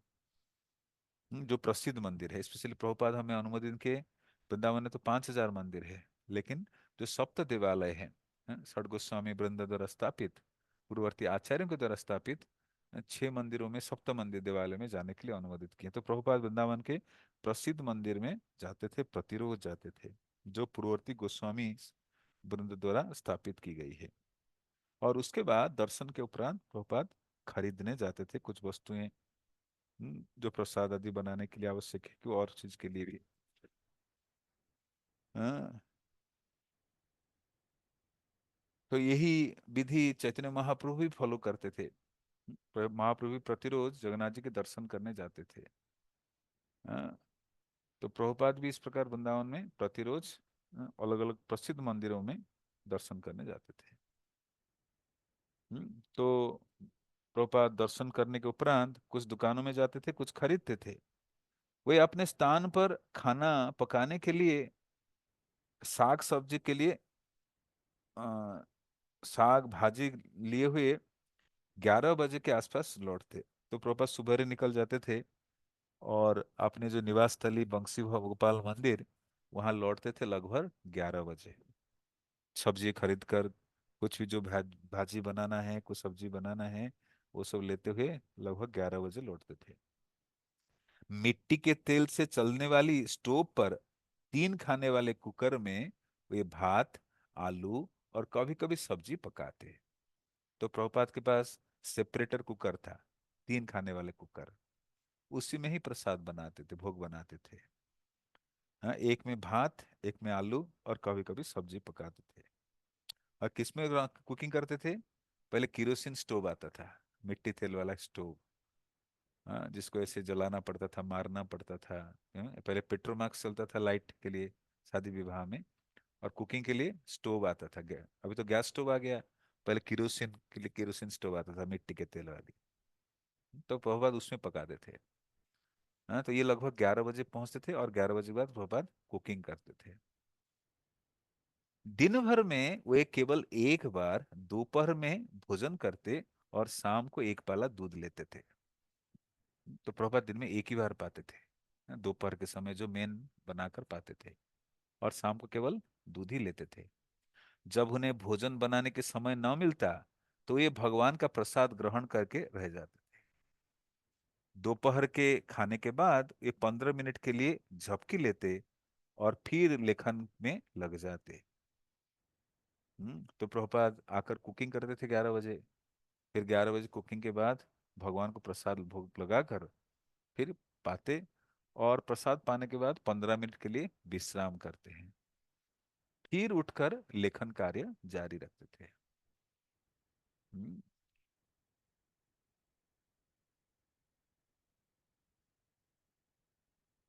हाँ, तो दोपहर खाने के बाद थोड़ा विश्राम करना है। हाँ, प्रभुपाद ये पालन करते थे। हाँ, दोपहर प्रसाद के बाद प्रभुपाद थोड़ा छोटी विश्राम करते थे, फिर उठकर लेखन कार्य जारी रखते। उनसे मिलने के लिए शायद ही कोई आता, वे अकेले रहकर लिखते रहते। तो अभी अभय को कोई जानते नहीं है, तो प्रभुपाद अकेले रहते थे, कोई मिलने जुलने नहीं आते थे, लेकिन अकेले रहकर वो लेखन कार्य जारी रखते थे। सूर्यास्त के ठीक पहले वे पुनः मंदिर में जाते। केसी घाट पर उन्हें वहां वहां अकेले बैठे और जमुना जी की ओर मुख किए साधु दिखाई देते। तो प्रभुपाद प्रातःकालीन समय में भी वृंदावन में भ्रमण करते थे, दर्शन करने जाते थे, और लगभग 11 बजे लौट आते थे। फिर प्रसाद भोग बनाकर लगाकर पाकर 15 मिनट विश्राम किए, पुनः लेखन कार्य जारी रखते थे। फिर शाम सूर्यास्त के ठीक पहले पुनः मंदिरों के दर्शन के लिए वो जाते थे वृंदावन में, और मुख्य रूप से केसी घाट के पास जाते थे। लगभग बंसी गोपाल केसी घाट ज्यादा दूर नहीं, और वहां अकेले जमुना जी के किनारे बैठते थे। हाँ, और साधुओं को देखते थे। स्वयं यमुना में कोई अधिक भीड़ न दिखाई देती, एक दो नाव कभी कभी उसके शांत जल पर धीरे धीरे तैरती होती। तो देखिए, लोग धीरे धीरे जब आधुनिक होने लगे, भौतिकता में फंसने लगे, तो भगवान से दूर जाने लगे, इसलिए मठ मंदिर खाली पड़ गया। हाँ, तो प्रभुपाद भी जब विदेश में गए तो देखे क्या, कि the mosque is empty, the church is empty, vacant, like no one is taking interest to go to mosque church। लेकिन प्रभुपाद आने और वृंदावन की भी वही हाल धीरे धीरे हो रहा है। हाँ, लेकिन देखिए प्रभुपाद आने के बाद कितने असर पड़ा, कि वृंदावन के लोग मुड़ने लगे। हाँ, ये हमारी संस्कृति है, ये हमारी स्वाभाविक स्थिति है, ये हमारी धरोहर है। हाँ, तो लोग स्वतः उस दिशा में जाने लगे। कभी कभी कोई मछली जल के ऊपर छलांग लगा जाती, या कई पक्षी नीचे आंख गड़ाए जल के ऊपर से निकल जाता। केसी घाट शांत और सुंदर लगता, विशेषकर सूर्य के शिथिल पड़ जाने के बाद। अभय को देखकर साधु लोग वृंदावन की प्रथानुसार जय राधे कहकर उनका स्वागत करते, और हरे कृष्ण कहकर अभय उसका उत्तर देते। हम्म, तो प्रभुपाद देख रहे हैं जमुना जी के जल में किस प्रकार मछली छलांग लगा रहा है। और कभी कभी पक्षी नीचे जाकर जल के ऊपर से गुजर रहे हैं। तो केसी घाट के जो वातावरण है बड़ा शांत लगता था। हम्म, और सूर्यास्त के समय स्पेशली सूर्य धीरे धीरे शिथिल होते होते जो आसमान हराइजन से निकलने जा रहे थे, वो भी बड़ी सुंदर मनोरम दृश्य है। हम्म, तो जो भी प्रभुपाद कभी कभी टहलते हुए निकलते थे, वृंदावन के साधु लोग उनको सम्मान पूर्वक बोलते थे, राधे राधे, जय राधे, जय राधे। तो प्रभुपाद उनको प्रत्युत्तर देते थे, हरे कृष्ण, हरे कृष्ण, हरे कृष्ण करके बोलते थे। संध्या समय जब अभय नगर में से होकर वापस लौटते, तो अपने को एक के बाद दूसरे कीर्तन के स्वर लहरियों से आनंदित पाते। हाँ, तो प्रभुपाद संध्या समय सूर्यास्त से पहले निकल जाते थे पुनः मंदिरों के दर्शन, और जब लौटते थे अपने कमरे की ओर, तो उनको आवाज सुनाई देती थी। कहीं स्थान पर कीर्तन चल रहा है, अलग अलग मंदिरों में कीर्तन चल रहा है, तो कीर्तन की आवाज सुनकर प्रभुपाद आनंदित होते थे। राम कृष्ण चैतन्य नरसिंह शिव के मंदिरों, आश्रमों, घरों, यहाँ तक कि सड़कों में चलते जन समूह से भी कीर्तन के बोल उठते रहते थे, हरे कृष्ण, हरे कृष्ण, कृष्ण कृष्ण, हरे हरे, हरे राम, राम राम, हरे हरे। ये प्राय देखते कि बंगाली विधवाएं किसी बड़े कमरे में एक साथ रह रही है। तो वृंदावन में कई सारे बूढ़ी विधवा माँ रहते हैं, एक ही कमरे में जैसे डॉर्मेटरी की तरह रहते हैं। हम्म, उनकी जरूरतें बहुत थोड़ी थी। वे मोटी सफेद साड़ियां पहनती थी, बाल कटाकर छोटे रखती थी, और मथुरा जाने के लिए भी वृंदावन छोड़ने को तैयार नहीं थी। तो जो वृद्ध वालाएं हैं, जो विधवाएं हैं, वो सफेद साड़ी पहनते हैं और बाल को भी छोटा कर देते हैं। हाँ, जरूरत से थोड़ी थी, उनकी आवश्यकता वो ज्यादा नहीं था, बहुत कुछ ज्यादा है नहीं उनके पास, थोड़ी सी रखते थे। हम्म, और मथुरा जाने के लिए वृंदावन भी नहीं छोड़ते थे, वृंदावन के प्रति इतने लगाव है इन विधवा माओं का। वे केवल वृंदावन में रहना चाहती थी, और उन्हें कृष्ण रटती हुई वृंदावन में मरना चाहती थी। तो ये जो विधवा स्त्रियां हैं, कभी वृंदावन छोड़ के नहीं जाते थे। हाँ, अगर वृंदावन छोड़ना भी हो, बोलते थे हम वास्तविक अंतिम समय तक कृष्ण के नाम निरंतर उच्चारण रटते रटते ये प्राण घट से निकल जाए। हम्म, एक आदमी मृदंग बजाता और कीर्तन का नेतृत्व करता बैठा होता, और विधवाओं का समुदाय आगे पीछे पीछे तालियां बजाता हुआ बाल सुलभ वाणी से उनका अनुगमन करता। मृदंग, तालियों और गायकों से जो कोई पटु गायक नहीं थे, लेकिन सच्चे भक्त थे, मिलकर संध्या के समय बड़ी ही मधुर ध्वनि निकालती थी। अभय जब चलते होते, तो एक कीर्तन की आवाज पीछे छूटी जाते, दूसरे कीर्तन की आवाज जोर से सुनाई देने लगती, और इसे मेद पड़ते हुई अगले कीर्तन की आवाज आने लगती थी। तो प्रभुपाद जब वापस संध्या के समय लौटते थे, तो कहीं कहीं स्थान से कीर्तन की अलग अलग आवाज गूंजती थी, और एक कीर्तन चलती रहती जब तक प्रभुपाद कमरे में नहीं पहुंचते, तभी कीर्तन की आवाज आती थी। तो कहीं पे मंदिरा बज रही है, मृदंग बज रही है, तालिया के साथ, खड़गड़ाहट के साथ कीर्तन गायक गा रहे हैं, उनके पीछे लोग दोहरा रहे हैं, कीर्तन के ध्वन से चारों ओर गूंजने लगती थी। हम्म, और अ, यही होता है कीर्तन की जो एटिकेट, सदाचार, कि एक लीडिंग कीर्तन या गाएंगे, उसके पीछे जो पीछे गाने वाले अनुगमन करते थे। हम्म, तो चारों ओर मधुर ध्वनि संचारित होता था वृंदावन के मनोरम दृश्य के तहत। अभय जब चलते होते, तो एक कीर्तन की आवाज पीछे छूटती, और दूसरे कीर्तन आवाज, तो रोड पे कीर्तन कई मंदिरों में चल ही रहा है, चल ही रहा है ना। तो प्रपात आगे बढ़ रहे हैं, एक कीर्तन की आवाज ध्वनि चल रहा है, यहाँ तक पहुंची नहीं, अगले कीर्तन ध्वनि शुरू हो गई अगले मंदिरों की। तो यही क्रम में प्रभुपाद आवाज सुनते सुनते आते थे। हम्म, किसी मंदिर में अनवरत गति से कोई घंटा बजता रहता है, किसकी आवाज मृदंग और मंजीरे के ध्वनि में भी समा थी। कभी कभी मंडली या केवल एक व्यक्ति अपने राधे राधे नाम से में विभोर अभय के पास से निकल जाते हैं। तो कभी कभी कीर्तन करते करते लोग सड़क पे भी उतरते हैं, और कई कई लोग राधे राधे करते रास्ते से गुजरते हैं, जो भी मिला राधे राधे, साइड दे दो राधे राधे। लोग आवाज निकालते हैं इस प्रकार। हम्म, यहाँ तक कि आपसी अभिवादन भी कीर्तन में होता है, जय राधे, हरि बोल आदि। लोगों का एक दूसरे के पास से होकर निकल जाना, बेलगड़िया का चरम चरम चरमराना,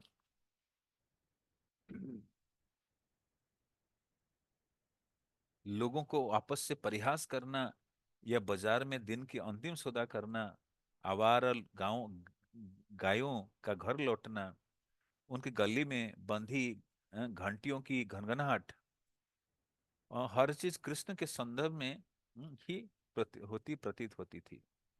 और जब अभय एकांत बंशी गोपाल मंदिर लौटते, तो वहां भी कीर्तनों की ध्वनियां उन्हें सुनाई देती। यहाँ एक कीर्तन सार्वजनिक न होकर अधिक निजी होती थी। तो प्रभुपाद रास्ते भर कीर्तन सुनते थे, और कीर्तन सुनते सुनते जब लौटते थे, बंशी गोपाल मंदिर पहुंचते थे, तो वहां भी कीर्तन ध्वनि सुनाई पड़ती थी। लेकिन यहाँ सार्वजनिक नहीं, केवल अंदर ही आवाज रहती थी।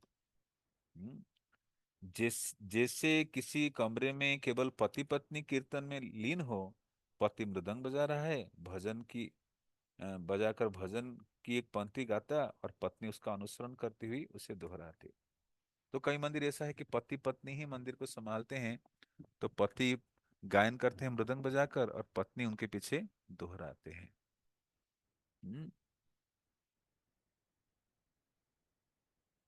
वृंदावन कोई सामान्य नगर ही नहीं था।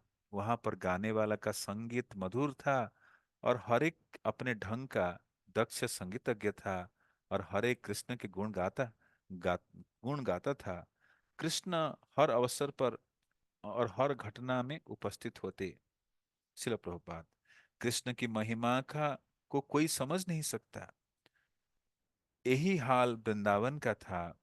जिस भूमि को वृंदावन कहते हैं, उसकी क्षमता भी असीम है। जब आप वृंदावन जाएं, तो आप वहां अब भी आध्यात्मिक वातावरण की असीम शक्ति पाएंगे। यदि आप वृंदावन जाएं, तो आप देखेंगे कि वहां अभी भी कितने ही संत और महात्मा वृंदावन धाम की उपासना में लगे हैं।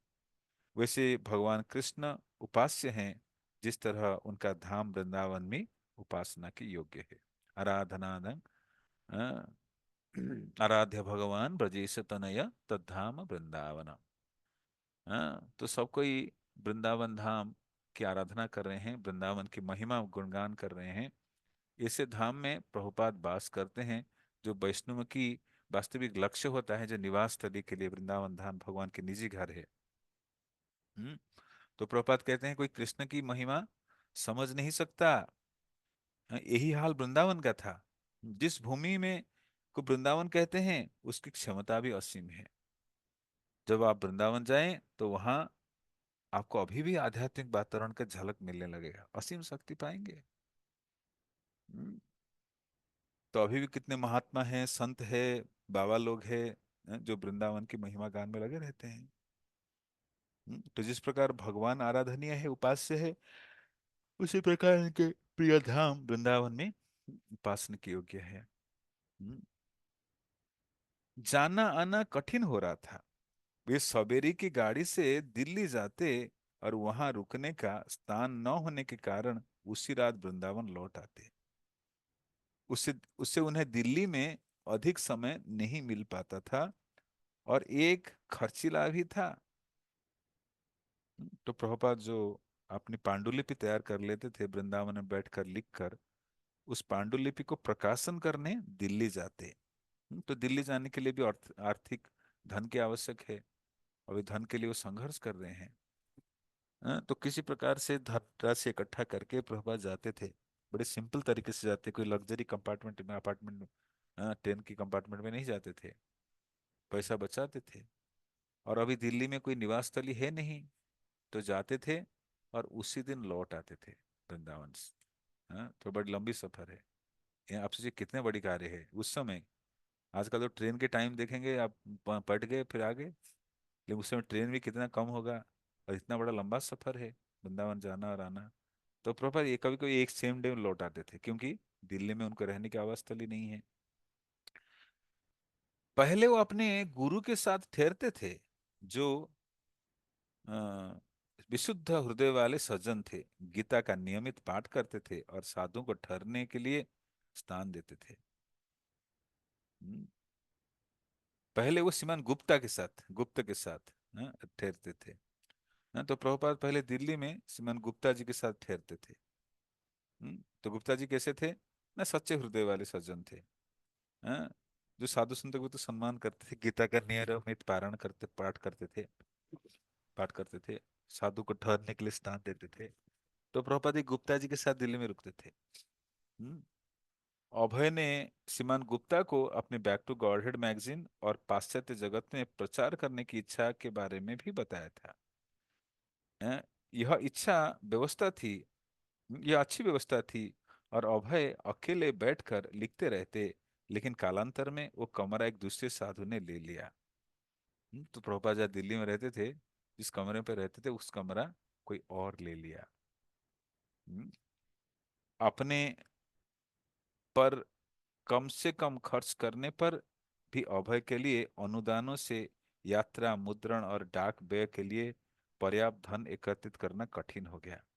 तो देखिए, अभी प्रभुपाद के जो कठिन संघर्ष के कारण मंदिर सब अच्छा चल रहा है, कोई धनराशि की कोई चिंता नहीं करना पड़ता अभी के समय में। लेकिन उस समय प्रभुपाद को कई कार्य करना पड़ता था, घर का किराया देना है, प्रसाद बनाने के लिए सामान खरीदना है, यात्राएं भी करना है, कागज भी लेना है प्रकाशन के लिए। तो जितना भी वो कहीं अनुदान मिलता था थोड़ा बहुत संग्रह करते थे, लेकिन वो सफिशिएंट नहीं होता था, कम पड़ता था इतना सारे कार्य के बाद। हम्म तो सारा चीज मेंटेन करना बड़ा कठिन हो जाता था। घर के किराए 5 रुपया, दिल्ली आना जाना किराया, कागज छापने के लिए कागज चाहिए। तो कई प्रकार की खर्चा था उनका।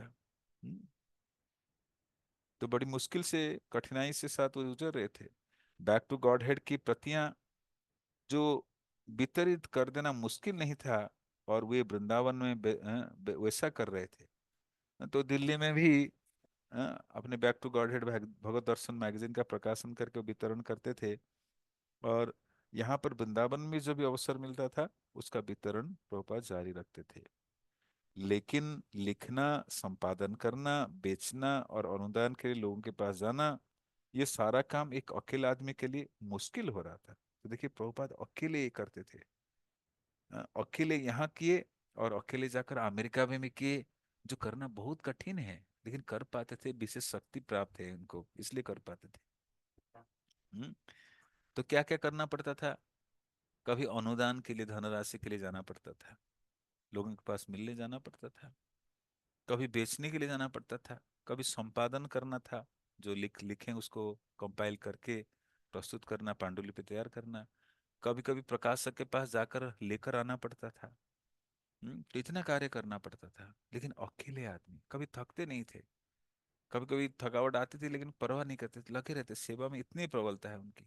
कितना मुश्किल है, इसलिए जब तक हमारे लिखते हैं, कतो कष्ट सही प्रीति मने रही। जय कृतज्ञ महाराज जो भजन लिखे प्रभुपाद के बारे में, यदि प्रभुपाद ना हो तो कतो कष्ट सही, कितने कष्ट सहकर जीवों की कल्याण करने के लिए उन्होंने इतना सारा कठिनाई उठाई। हम्म तो एक तरह आर्थिक संघर्ष भी है, और साथ साथ समय जो है, उनको संघर्ष करना पड़ता था हर चीज के लिए। सफलता विफलता सब परिस्थिति के बावजूद वो लगे रहते थे। हम्म, तो मुश्किल हो रहा था। मुद्रक श्रीमान जैन आश्चर्य से अभिभूत थे कि व्यक्ति ऐसे पत्र को लेकर जैसे प्रकाशित करने के लिए उसके पास साधन नहीं है, क्यों अपने को ऐसी कठिनाई में डाल रहा है। तो देखिए, जो भक्त है भगवान के लिए क्या क्या करते हैं, दिस कॉल कृष्णा एंजाइटी। भक्त भगवान के लिए कितना कठिनाई उठाता है। जिस प्रकार यशोदा माई भी और नंद बाबा, इसको कहते हैं कृष्णा एंजाइटी। कृष्णार्थ अखिल चेष्टा तत्कृपा अवलोकनम। कृष्ण के लिए अनेक कार्य करना, बहुत कठिनाई उठाना, कि कृष्ण इससे प्रसन्न हो के मेरे गुरु महाराज बोले हैं। कोई और व्यक्ति होता तो छोड़ देता है, कुछ तो लाभ नहीं है, कौन करेगा।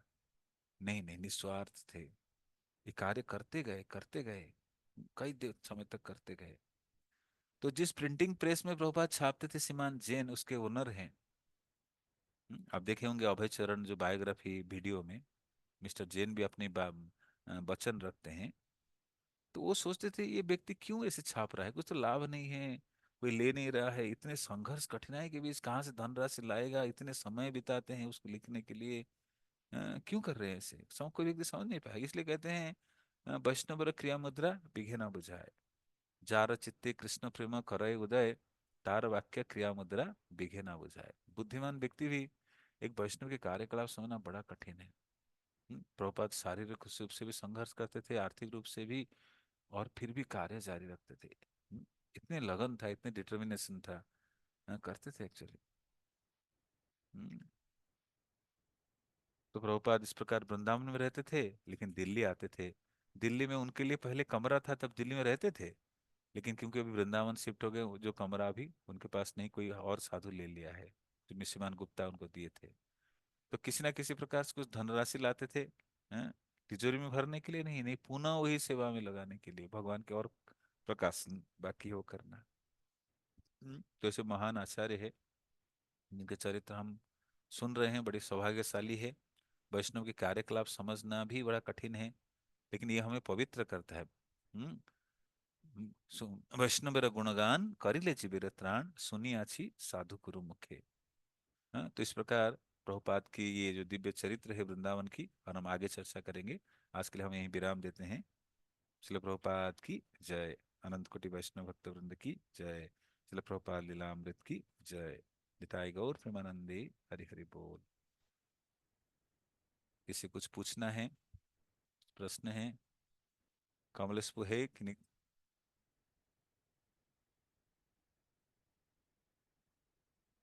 यस।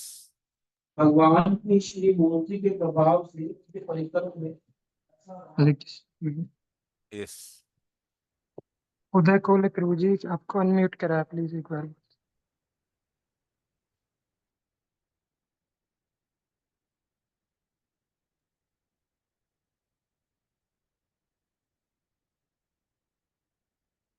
उदय कोले प्रभु जी आपको अनम्यूट करा है, आप अनम्यूट कर लीजिए।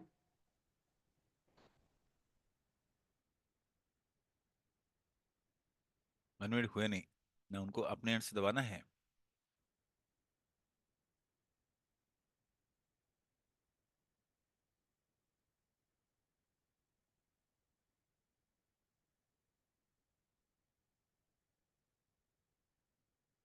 हरे कृष्ण। प्रभु जी आपकी आवाज नहीं आ रही, उदय कोले प्रभु जी। हरे हाँ, कृष्ण प्रभु जी, धन्यवाद प्रणाम प्रभु जी। आज जा रहे हैं? आ रही, आ रही। हरे कृष्ण प्रभु जी, मेरा एक प्रश्न है। जैसे प्रभुपाद जी हम लोगों को 6 मंदिर में जाने के लिए वृंदावन में बोला है, वो कौन सा मंदिर है प्रभु जी? तो षडगोस्वामी के मंदिर जो है, राधा गोविंद, राधा मदन मोहन, राधा दामोदर, राधा गोकुलानंद, राधा गोपीनाथ, राधा श्याम सुंदर, हम्म, और कौन सा रह गया, राधा रमण। ये 7 मंदिर है। ठीक है। राधा गोविंद, राधा मदन मोहन, राधा गोपीनाथ। और अब लिख रहे हैं क्या? स्लो स्लो बोले। लिख रहे हैं? जी को लिख रहा हूँ प्रभु जी। हाँ, राधा गोविंद, राधा गोविंद, इसके बाद राधा मदन मोहन, 2 नंबर। 3 नंबर जी प्रभु जी। 3 number Radha Gopinath. 4 number Radha Damodar. 5 number Radha Raman. 6 number Radha Shyam Sundar. और 7 नंबर राधा गोकुलानंद। 7 हो गया। जी प्रभु जी। पढ़ के सुनाइए आप क्या लिखे। पहले वाला प्रभु जी राधा गोपीनाथ, हम्म। फिर दूसरा राधा दामोदर, हम्म। तीसरा राधा गोविंद, हम्म। चौथा राधा दामोदर, हम्म। पांचवा राधा मदन मोहन, हम्म। छठा प्रभु जी पूरा लिखा नहीं, लास्ट में गोकुलानंद। 6 नंबर प्रभु जी एक बार बात है। राधा रमण, राधा रमण लिखे हैं, राधा रमण।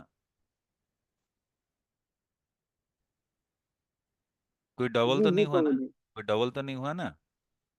राधा दामोदर डबल बोला प्रभु जी ने। आप देखिए, डबल तो नहीं लिखे,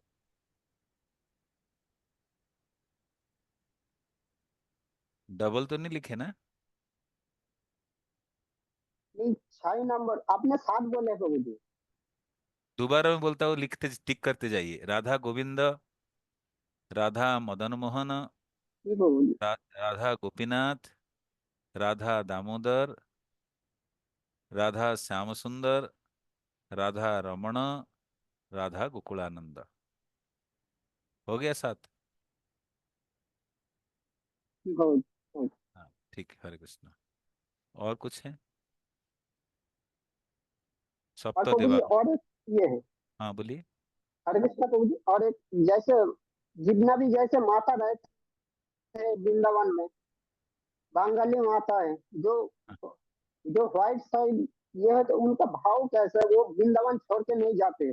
जैसा हम हम्म। लोग जाता हूँ कहाँ पे भी, चलो घर जाना है जल्दी, चलो टाइम हो गया वास्ता करना है, हम लोग को क्यों नहीं आते प्रभु जी एक ऐसे बड़ी भाव? सुंदर प्रश्न है। तो वृंदावन रहने वाले बड़े भाग्यशाली है। जो जिनके करोड़ों जन्मों की जो संचित पुण्य है, जिस कारण से वृंदावन में अधिवासी बन पाते हैं। हम लोग प्रार्थना करते हैं, तुलसी महारानी से प्रार्थना करते हैं, कृपा करी करो तारे वृंदावन वासी, तुलसी कृष्ण प्रेयसी नमो नमः। तो तुलसी महारानी से प्रार्थना करते कि हमें नित्य वृंदावन के पास दीजिए। तो आप देखेंगे कई सारे जो प्रभुपाद यहाँ में चर्चा किए, कई सारे बंगाली स्त्रियां हैं जो विधवा हो गए हैं, सफेद वस्त्र परिधान करते हैं, बाल को छोटा छोटा काट देते हैं, जिनकी और सांसारिक आवश्यकता नहीं है, कहीं विधवाश्रम में रहते हैं, और भगवान की सेवा पूजा करके वृंदावन छोड़कर नहीं जाते हैं। यही संकल्प के साथ कि हम यहीं पर भगवान की नाम लेते लेते जीवन के अंत समय यहीं बिताए। क्योंकि शास्त्र में उल्लेख है, कोई वृंदावन में वास करते हुए अंतिम प्राण छोड़ता है तो भगवान के लोक को प्राप्त करता है। तो इसी लक्ष्य को रखते हुए वहाँ निवास करते हैं। लेकिन हम साधकों के लिए, जो पूरी तरह से शुद्ध नहीं, जो संकल्प में अड़िग नहीं है, हमें जिस स्थान पर है वहां रहकर भजन करना है और अभिलाषा करना है। जैसे हम प्रार्थना करें तुलसी महारानी को कि कब मेरे जीवन में ऐसे दिन आएगा जब मैं निरंतर वृंदावन में वास करूंगा, मेरी सांसारिक आसक्ति कम हो जाएगा। विषय छाड़िया कबे सुध हबे मन, कबे हम हेरिब श्री वृंदावन, रूप रघुनाथ पदे हईबे आकुति, कबे हम बुझब से जुगल प्रीति। तो ये प्रार्थना लिख रहे हैं इसलिए नरोत्तम दास ठाकुर, कि कब मेरे ऐसे दिन आएगा। तो हम लालसा कर रहे हैं, और ये जो प्रार्थना कर रहे हैं, इच्छाएं भगवान और गाढ़ा करे, प्रतिदिन गाढ़ा कर रहे हैं। और एक दिन हमारी जो इच्छाएं पूर्ण होगी और हम वृंदावन के अधिवासी बनेंगे, जब जब हमारे अंदर सांसारिक सारे विषय वासना समाप्त हो जाएगी। सांसारिक नौकरी के प्रति आसक्ति नहीं, घर के प्रति आसक्ति नहीं, धन के प्रति आसक्ति नहीं, मोबाइल के प्रति आसक्ति नहीं, केवल भगवान की सेवा छोड़ के और कोई कार्य ही नहीं, तब एक ही वृंदावन में वास कर सकता है। तो ये जो स्त्रियां रहते हैं बड़ी सौभाग्यशाली है। जो उन्नत कोटि के लोग हैं जो वृंदावन में वास करते हैं। ठीक है, हरे कृष्णा। हरे कृष्ण प्रभु जी। नेक्स्ट।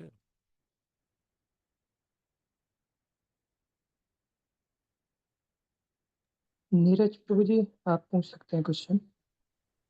हरे कृष्ण गुरु जी, दंडवत प्रणाम। दंडवत प्रभु जी। मेरा एक्चुअली ये प्रश्न है कि आज हम लोग तो पढ़ रहे थे कि कैसे और भी साधु संत वृंदावन में ही मतलब नित्य तो नहीं पर इस जीवन काल में पूरा वास वहीं पे कर रहे हैं। तो ये मतलब वहां पे आज तक करोड़ों जो साधु संत रहे हैं उनमें, और मतलब भक्ति सिद्धांत सरस्वती ठाकुर का आदेश और श्रीला प्रभुपाद जो आदेश पूरा करते हैं, क्योंकि वो तो छोड़ के विदेश जाते हैं ये करने के, तो दोनों में ये इतना ये परसेंटेज तो कुछ भी नहीं है मतलब है। पर ये सोच अलग कैसे है? और ये सोच का मतलब जस्टिफिकेशन जो होता है, हम लोग तो जान रहे हैं कि आज इस्कॉन जिस लेवल पे जा चुका है, हम लोग बहुत लोग जो शायद इसको नहीं होते तो शायद भक्त भी नहीं हो पाते, मतलब है। तो ये जो डिसीजन है, ये तो 1 in a million डिसीजन है। तो इसके पीछे का सोच क्या होता है? क्योंकि वेरी हम नाइस। लोग पढ़ रहे हैं, सब कोई वही रहना चाहते हैं, सबको ही हम्म। वही हम लोग कविता भी सुन रहे हैं कि नहीं हम वही रहना चाहते हैं। और एक ये है कि जो वहां से चले जाते हैं कहीं और चले जाते हैं और हम्म। पूरा विदेश में फैलाते हैं। वेरी वृंदावन नाइस में आते, क्वेश्चन। न्यू वृंदावन उधर ही में। हम्म। बहुत सुंदर प्रश्न है प्रभु जी का, नीरज प्रभु का। तो प्रभु जी पूछ रहे हैं कि कुछ लोग वृंदावन में रहकर भजन करना जो जीवन के लक्ष्य है, इसी को करने के लिए जीवन के लक्ष्य मानते हैं। और कुछ लोग वृंदावन छोड़ के विश्व के अलग अलग स्थान को वृंदावन बनाने के लिए और लोगों के कल्याण के लिए चले जाते हैं। तो ये सेवा बहुत उत्तम है। तो ये कार्य सब कोई नहीं कर पाएंगे। विशेष शक्तिधारी व्यक्ति जिनको गुरु आशीर्वाद दिए हैं, जो गुरु से आदेश प्राप्त किए हैं और ये कार्य करने के लिए विशेष रूप से आते हैं। तो जो भी हम करते हैं, चाहे प्रचार कार्य हो या भजन करना हो, तो दोनों कार्य साधु गुरु के निर्देशन पर करते। तो प्रभुपाद चाहते तो वृंदावन रहकर भजन करके बाकी समय बिता सकते थे और वहीं से गुरु के आदेश को भी पूर्ण कर सकते थे। लेकिन प्रभुपाद को विशेष रूप से आदेश था अपने गुरु महाराज से कि आप अभय विदेश जाना है आपको। तो इसलिए प्रभुपाद गए, क्योंकि जो आचार्य आते हैं वो कुछ विशेष आदर्श स्थापन करना चाहते हैं। पूर्ववर्ती समय में ऐसे धारणा था कि साधु संतों को 7 समुंदर पार नहीं जाना चाहिए, आधुनिक पोशाक परिधान नहीं करना चाहिए, आधुनिक गाड़ी मोटर ये जो चीजों का प्रयोग करना नहीं चाहिए थी। लेकिन रूप गोस्वामी पाद की जो शिक्षा है युक्त वैराग्य, जिसमें कहते हैं सभी वस्तु की भगवान की सेवा में लगाया जा सकता है। तो अगर हम ट्रेडिशनल विधि में रहते तो आधुनिकरण के साथ साथ भक्ति को कैसे सभी लोग कर पाएंगे? नहीं कर पाएंगे। कोई बोलेगा कुटिया बनाकर भजन स्थली बनाओ, लोग आएंगे नहीं, मंदिर कोई नहीं आएगा। या बोलेंगे खड़ाऊ पहनकर आपको रहना है, कौपिन पर कर रहना है, कोई आएगा नहीं। तो आधुनिक के समय के साथ कैसे भक्ति करना है और भक्ति सभी लोग कैसे कर पाएंगे, इसे आचार्य आते हैं सिखाने के लिए। इसलिए प्रभुपाद है युगाचार्य, युग के समय के अनुसार आचार्य, कलयुग के। हाँ, जो कलयुग के लोग धोती पहनना नहीं चाहते हैं, पैंट शर्ट में रहना चाहते हैं, हाँ पैंट शर्ट में रहिए, भक्ति भी कर सकते हैं, भगवान के नियमों का पालन करने ये सिखाने आते हैं एक्चुअली। तो एक तो साधु अपने एक कैटेगरी के साधु वैष्णव जो एक स्थान में भजन करके संसार को कल्याण करते हैं अपने योगदान के द्वारा। दूसरा, अपने आचरण से सिखाकर सबको भक्ति में लाते हैं, भगवान के करीब लाते हैं। तो ये दूसरी श्रेणी के भक्त हैं। तो प्रभुपाद इसी कार्य के लिए उस जगत से आए थे एक्चुअली, विशेष शक्ति प्राप्त, सत्यावेश अवतार। ठीक है, समझ में आया? हरे कृष्ण भगवान प्रणाम। Thank you, Hare Krishna.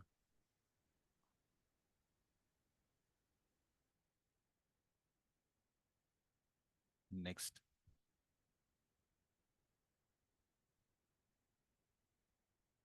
Kamlesh Prabhu, next unmute करिए। रो, रोहिणी माता जी को अनम्यूट करा है।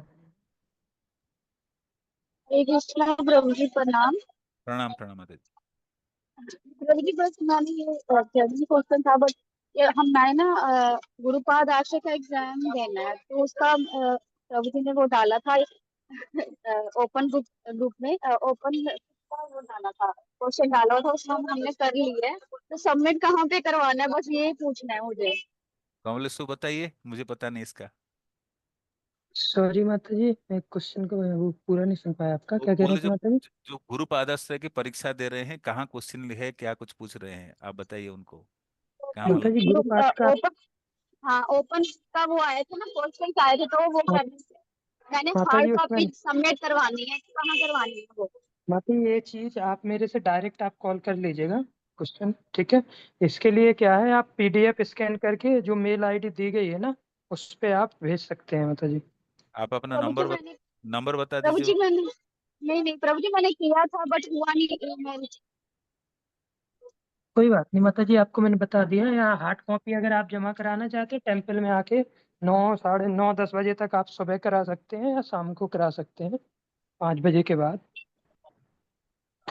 ओके प्रभु जी, ठीक है माता जी। ठीक है प्रभु जी, इतना पर बच्चे आप करना। अपना मुझे मैसेज ड्रॉप कर दीजिए, अगर कोई इशू रहता है तो आप मैसेज डाल दिए, मैं मैसेज का रिप्लाई जरूर करूंगा, क्योंकि कॉल नहीं ले पाते इतनी सारी, कुछ सेवा की भी वो होती है माता जी समय का। कॉल अगर नहीं पिक कर पाते हैं तो आप मैसेज डाल दीजिएगा। ठीक है माता जी। ओके प्रभु जी, हरे कृष्ण प्रणाम। हरे कृष्ण।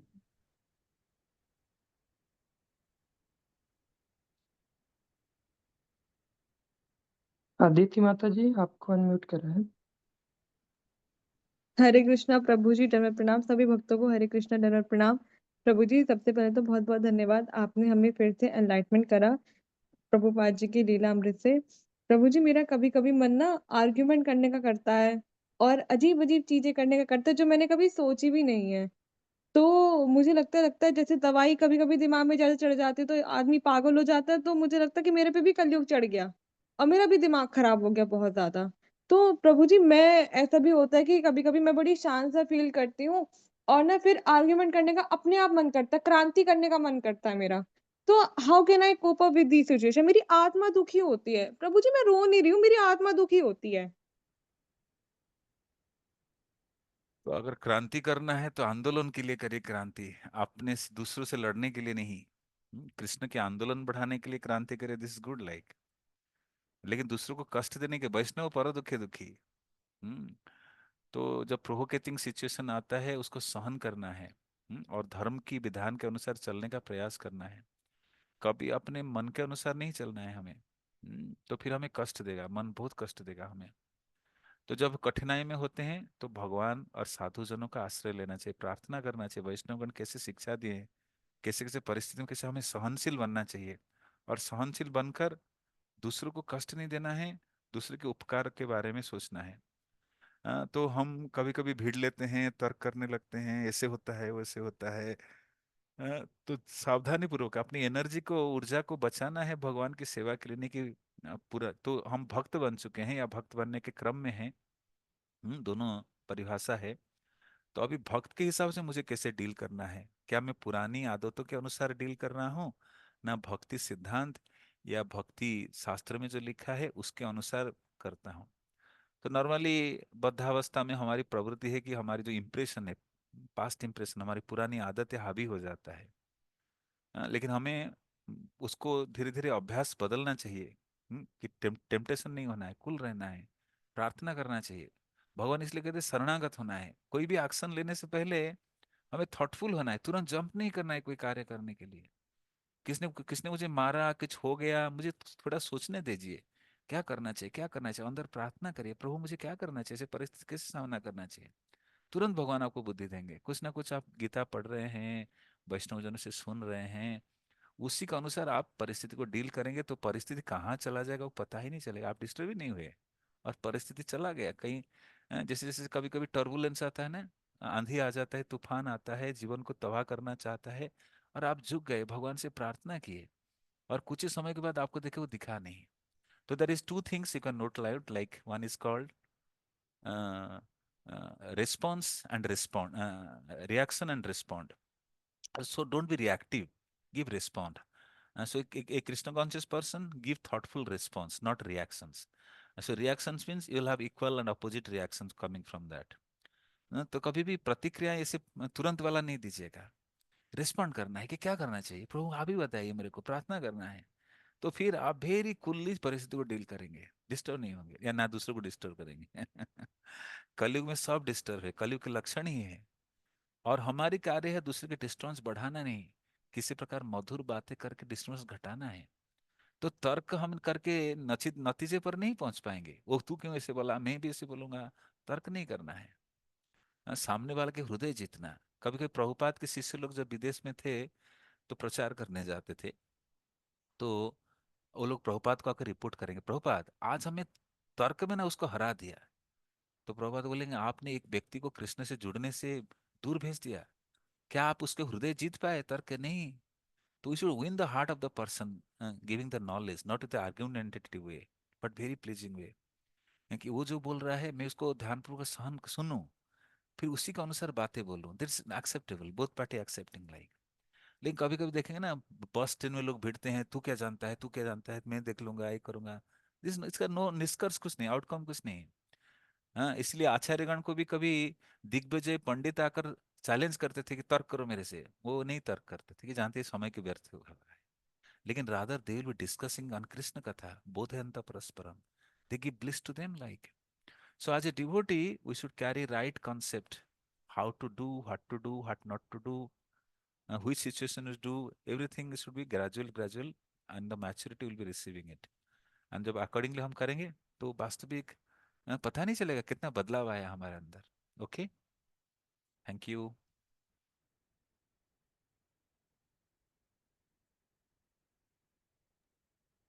प्रभु जी टाइम तो हो गया, हम लोग अभी भी 2 डिवोटीज के वो हैं, हैंड रेस हैं, तो ले सकते हैं। ये कुछ उनका प्रश्न का अधूरा रह गया, अनम्यूट करिए बोल रहे हैं, चैट बॉक्स में देखिए जी तो। जी। देवानंद प्रभु जी आपको अनम्यूट करा है।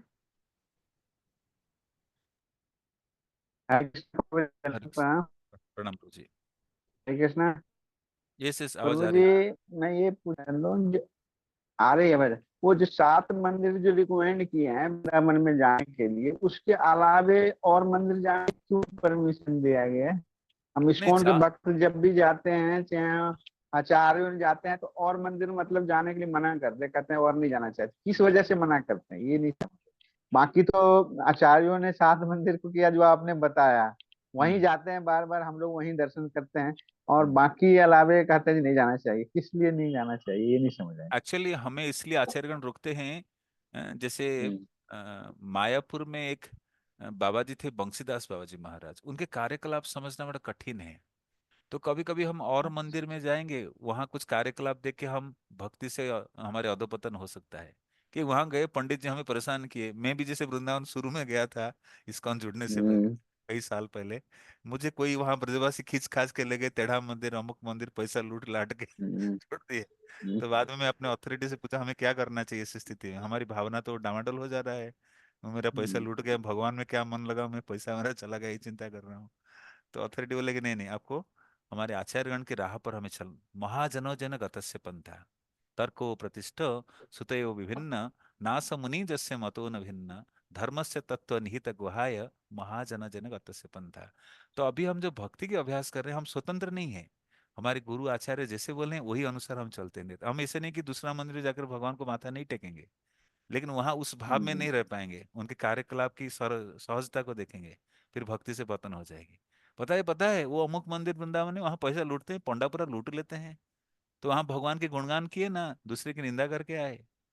कोई कौन क्या कर रहा है हमें कुछ लेन देन नहीं है, लेकिन हमें अपनी भक्ति को बचाना बहुत जरूरी। भक्ति बचेगा कैसे? जब आचार्य की बातों को पालन करते हुए हम दर्शन करते हैं। हाँ, तो आचार्य हमें इसलिए रोकते हैं कि और दूसरे के कार्यकलाप देख के भ्रमित ना हो। ये ब्रज है। हाँ, ब्रज के हर कार्यकलाप दिव्य है एक्चुअली, हम लेकिन बद्धावस्था के कारण गलत सलत देख लेंगे, इसलिए सावधानी कराते हैं। ठीक है। तो प्रेम मंदिर वगैरह भी नहीं जाए, कहते हैं मन नहीं नहीं जाना नहीं चाहिए, नहीं, मतलब नहीं तो जा ठीक सकते है। हैं।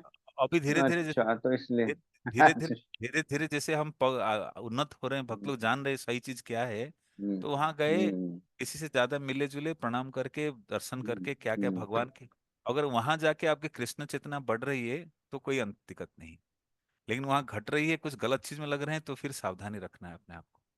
तो भक्त बड़ा सजाग रहता है, अपनी भक्ति को कभी नीचे अधोपतन कर नहीं जाने देता है, इसी के अनुसार वो निर्णय लेता है। ठीक है। ठीक है प्रभु, बहुत बहुत धन्यवाद। हरे कृष्ण। कृष्ण प्रणाम। ठीक है, कमलेश प्रभु, और कोई चार्ट में कुछ है?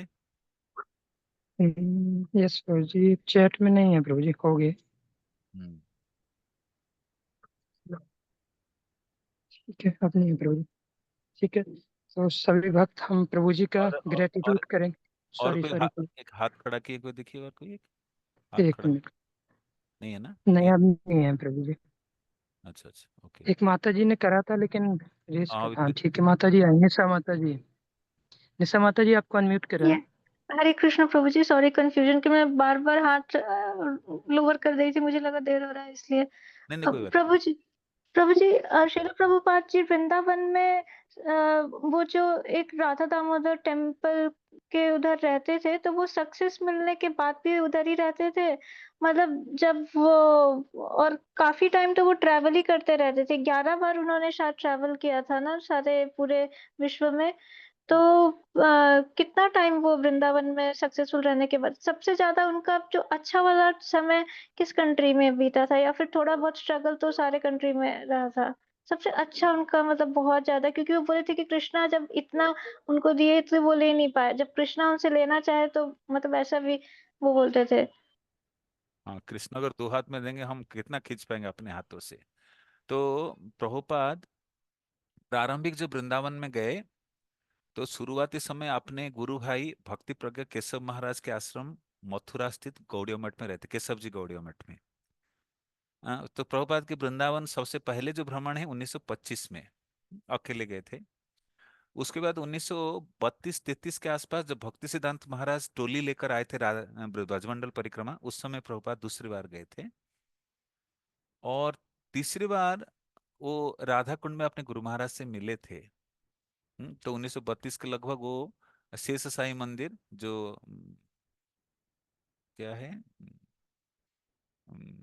मैं भूल रहा हूँ, कोसी कोसी कोसी कोसी कलां जो जगह है, कोसी पर मिले थे। और उसके बाद 1935 में राधा कुंड मिले थे। तो ये प्रभुपाद के पहले के समय की बात है। लेकिन जो संघर्ष के समय प्रभुपाद पहले आए लगभग 1955-56 में, अपने गुरु भाई झांसी जब लीग ऑफ डिवोटीज बना रहे थे, झांसी में वो असफल रही, तो प्रभुपाद आकर रहने लगे पहली बार अपने गुरु भाई केशव जी गौड़िया मठ मथुरा में। फिर वहीं पर मुलाकात हुई थी ये जो बंसी गोपाल मंदिर के जो प्रमुख है गोपाल जी, गोपाल गोस्वामी। तो फिर प्रभुपाद अभी जो फिर सॉरी मथुरा से प्रभुपाद आ गए थे, दिल्ली में निवास किए। दिल्ली से जब लौटे पुनः वो बंसी गोपाल मंदिर में रहने लगे, जो केसी घाट के निकट अभी हम जो चर्चा करें जहां पर प्रभुपाद अभी रह रहे हैं।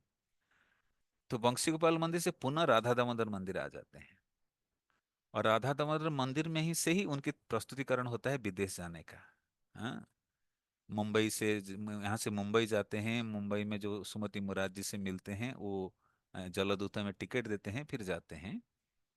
तो उसके बाद आने के बाद प्रभुपाद फिर अस्थायी रूप में कहीं निवास करते हैं, ऐसे विदेश में ही भ्रमण करते हैं, लेकिन वृंदावन मंदिर के शिलान्यास करते हैं। वृंदावन मंदिर के जो इस्कॉन हमारे राधाकृष्ण बलराम मंदिर, श्याम सुंदर मंदिर, उसका निर्माण होता है। तो फिर वहां निवास करने लगते हैं। तो विदेश जाने के बाद और फिर इधर मंदिरों में ज्यादा नहीं रहे हैं, मोस्टली उनके स्थान बदल जाता है, यहाँ पर रहते हैं। तो प्रभुपाद 12 वर्ष में 14 बार विश्व का भ्रमण किए।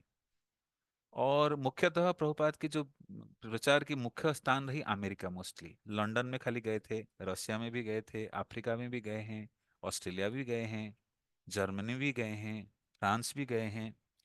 लेकिन प्रमुख स्थान समय जो ज्यादा बिताए हैं वो अमेरिका के अलग अलग शहर, Los Angeles, San Francisco, West Virginia.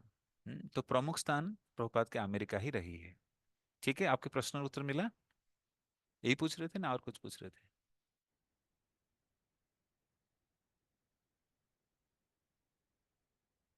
हरे कृष्णा। चार्ट ठीक है, ठीक है कमलेश प्रभु। यस प्रभु जी, हम प्रभु जी का ग्रेटिट्यूड करेंगे बाय चैंटिंग हरे कृष्णा कृष्णा कृष्णा हरे हरे, हरे राम राम राम हरे हरे। इस राम नारायण प्रभु जी की जय। प्रभु जी की जय, प्रभुपाद की जय। प्रभुपाद सभी की भक्त जय, वृंद की जय। हरे कृष्णा प्रभु जी जय धन्यवाद। जय। हरे कृष्ण प्रभु जी, दंडवत प्रणाम। हरे कृष्णा प्रभु जी, कृष्ण दंडवत प्रभु प्रणाम। जी प्रणाम। हरे कृष्ण प्रभु जी दंडवत प्रणाम।